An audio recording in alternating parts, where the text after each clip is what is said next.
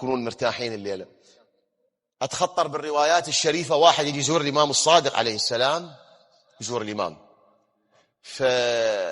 هسه بعد بشر والشيطان موجود ونفس أمارة بالسوء، وبعد شو يسوي؟ يمشي بالطريق صارت قدامه امرأة ظل يباوع لها مثلا، باوع لها هواي باوع لها، وإجا دخل على الإمام الصادق عليه السلام.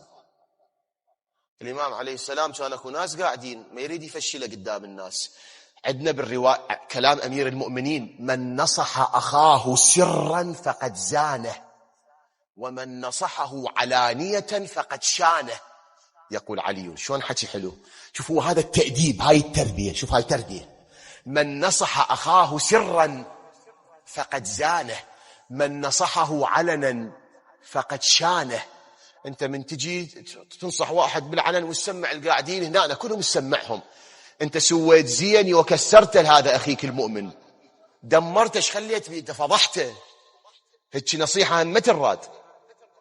اما امير المؤمنين تريد تنصحه، شوف عنده غلط، اقعد بينك وبينه، اخذ مكان لا واحد يشوفكم لا واحد يسمعكم، قل له انا اخوك مؤمن، والمؤمن مرآة المؤمن، وانت تشوف شكلك من خلالي، ترى هاي غلط، واحنا اخوه وكذا، وهاي لوجه الله وفي مال الله، في مال الله، لا واحد شاف ولا واحد سمع، حتى تحافظ على مروءته، تحفظ ماي وجهه، مو تخزيه وتفضحه امام الناس.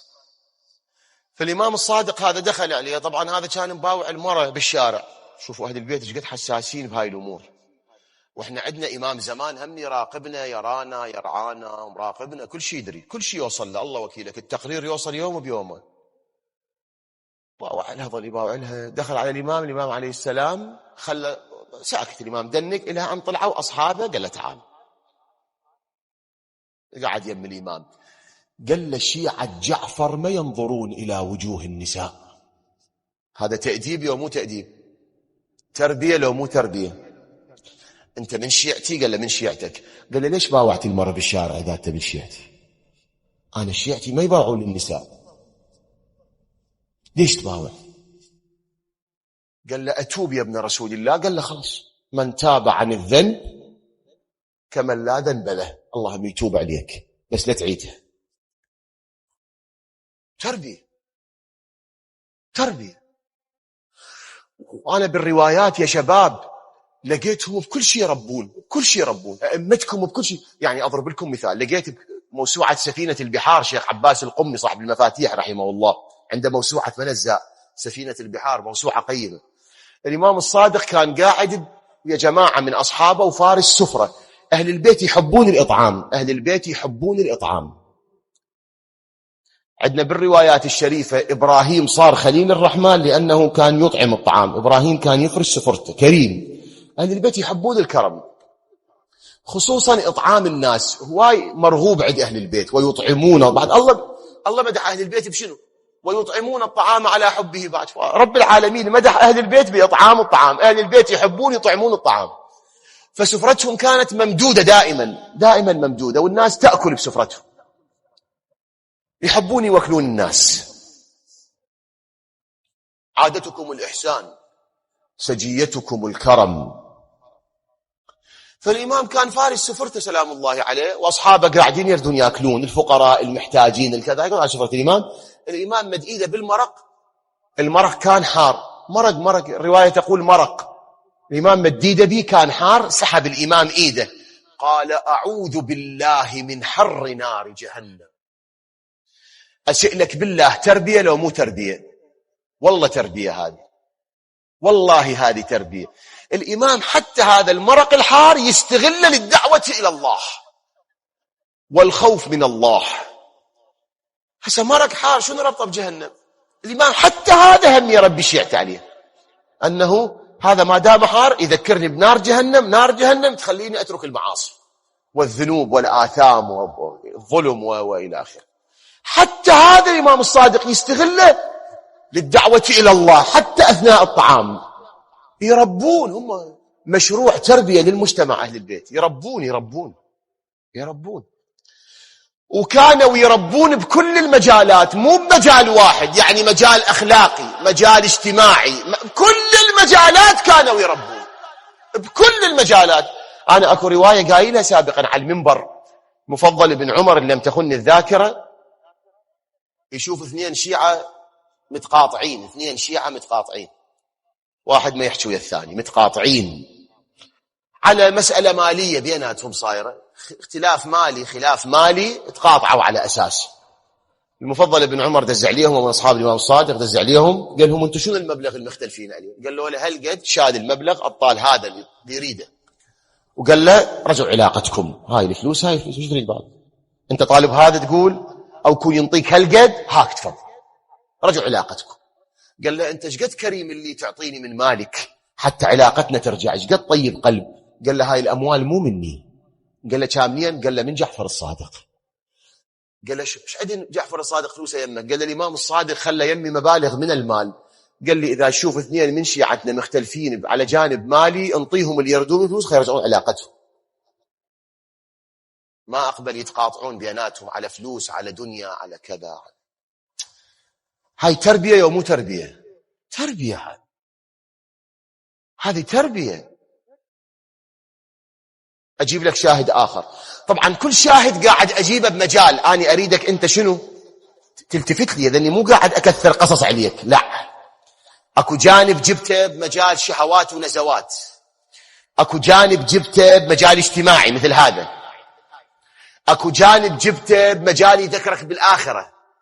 يعني لحد الان كل قصه قاعد اجيبها بمجال يختلف عن مجال غيرها، مو نيتي اكثر قصص عليك، بس اريد اقول لك هم بكل مجال كانوا مشروع شنو؟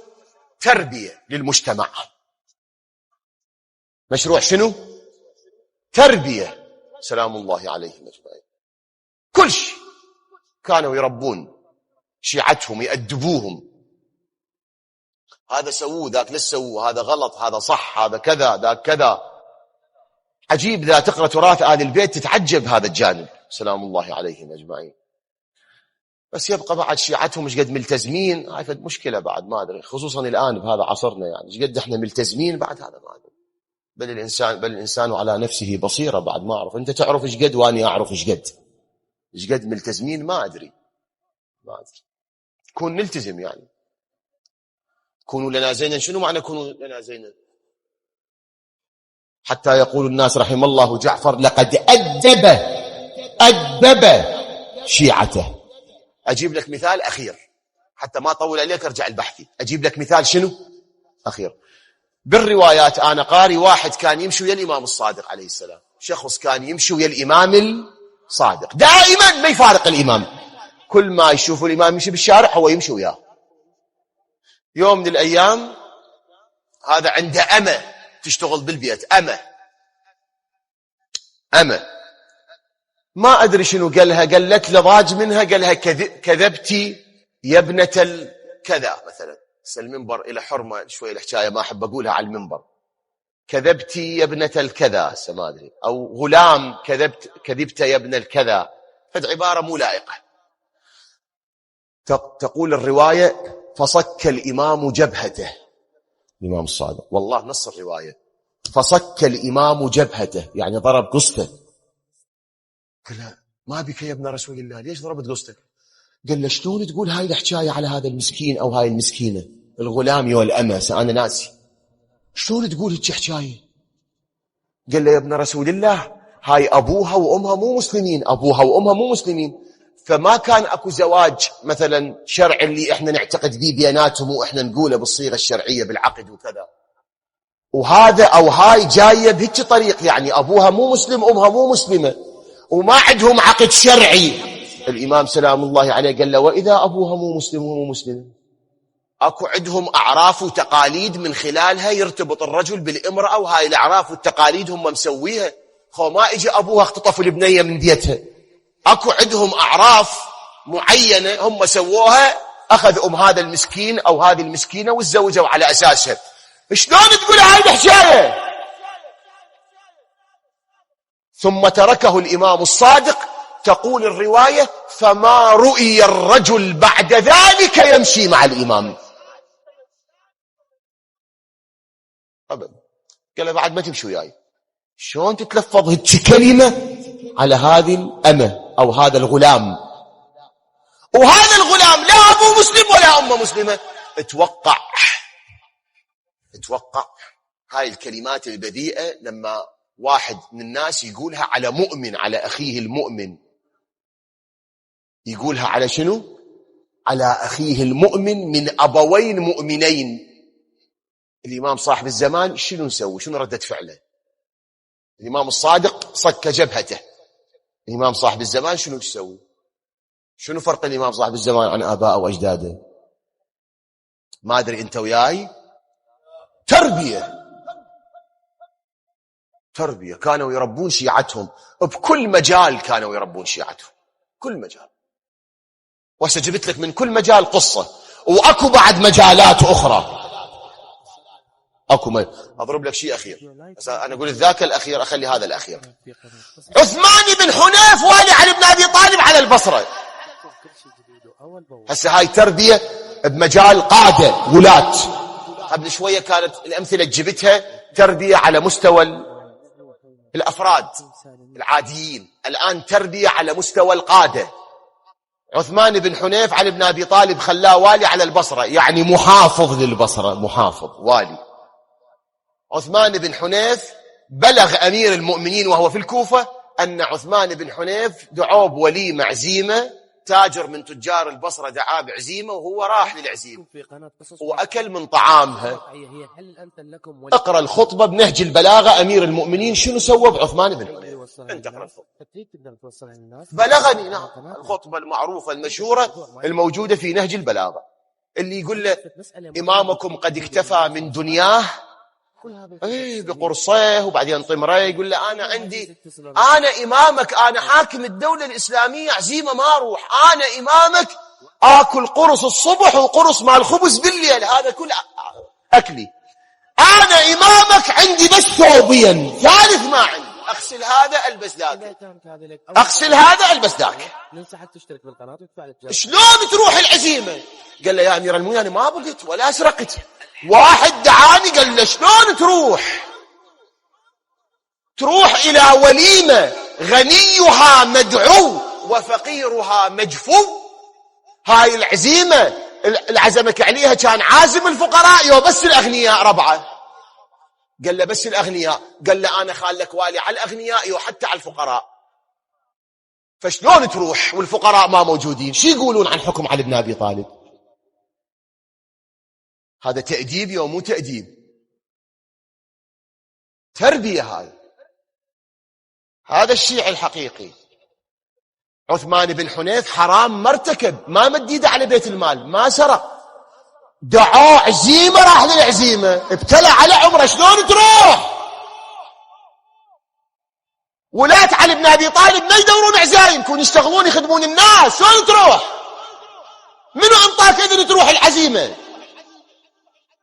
زين هذا لو كان ما ايده على بيت المال يسوى به علي بن أبي طالب؟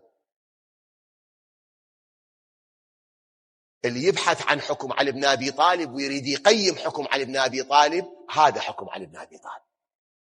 يقيم حكم علي بن أبي طالب من خلال علي بن أبي طالب، مو من خلال سراق وإلى غير ذلك. اللي يمثل علي بن أبي طالب علي بن أبي طالب، وخلص أصحاب علي بن أبي طالب مثل عمار، مثل سلمان، مثل أبو ذر، مثل المقداد، الأسماء هذه. مو يمثل علي بن أبي طالب الجهل والسراق والحرامية والكسرة الوجه، مو ذول.